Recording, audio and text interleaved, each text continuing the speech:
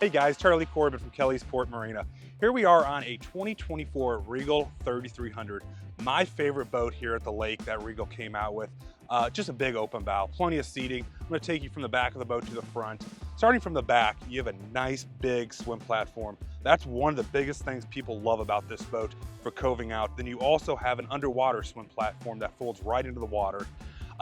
Also walking into the cockpit area, you've got this nice big sure shade for coving out. It really basically shades the back of the boat. You can sit back here. These fold backwards just like that, so you can have 3 or 4 people back here watching the kids play in the water. Then also going in the cockpit, you just see plenty of seating. Big L-shaped seating in the back. Then also you've got a nice galley right here on the side with dual refrigerators, plenty of storage, a sink, and a nice big trash can as well.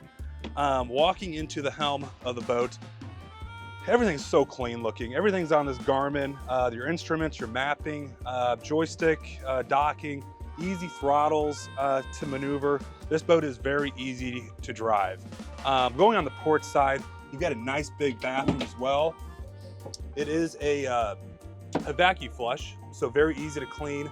Then also freshwater tank on board as well for the sink.